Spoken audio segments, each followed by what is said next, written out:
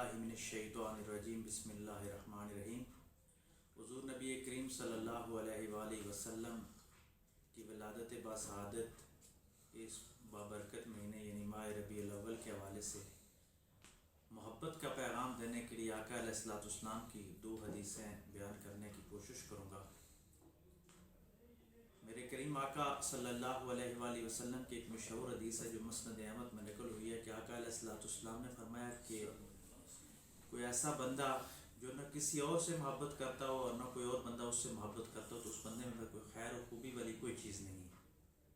یعنی انسان ہے یہ ان سے نکلا ہے، محبت کرنے والا ہے کہ وہ انسانیت سے محبت کرے۔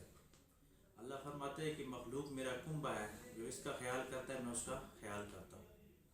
اور پھر ایک اور حدیث کا مفہوم ہے کہ میرے کریم آقا صلی اللہ علیہ وآلہ وسلم نے فرمایا، صحیح مسلم میں یہ حدیث نقل ہے کہ آقا علیہ الصلوۃ والسلام نے فرمایا کہ قیامت کے دن اللہ تبارک و تعالیٰ محشر کے میدان میں یہ آواز لگائیں گے کہ کہاں ہیں وہ لوگ جو میرے لیے ایک دوسرے سے محبت کرتے تھے، آج میں ان کو اپنے سائے کے نیچے جگہ عطا فرماؤں گا۔ یعنی عرش عظیم کے سائے تلے اللہ ان کو جگہ عطا فرمائے گا۔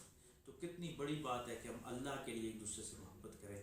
آئیے رسول اللہ صلی اللہ علیہ وآلہ وسلم کے میلاد کے اس مہینے میں ہم یہ عہد کریں کہ ہم انسانیت کے ساتھ پیار کریں گے، ہم مسلمان ایک دوسرے کے ساتھ محبت کریں گے، ایک دوسرے کا خیال رکھیں گے، ایک دوسرے کے حقوق کا خیال کریں گے، ایک دوسرے کو معاف کرنے کی کوشش کریں گے، دوسروں سے معافی مانگنے کی کوشش کریں گے۔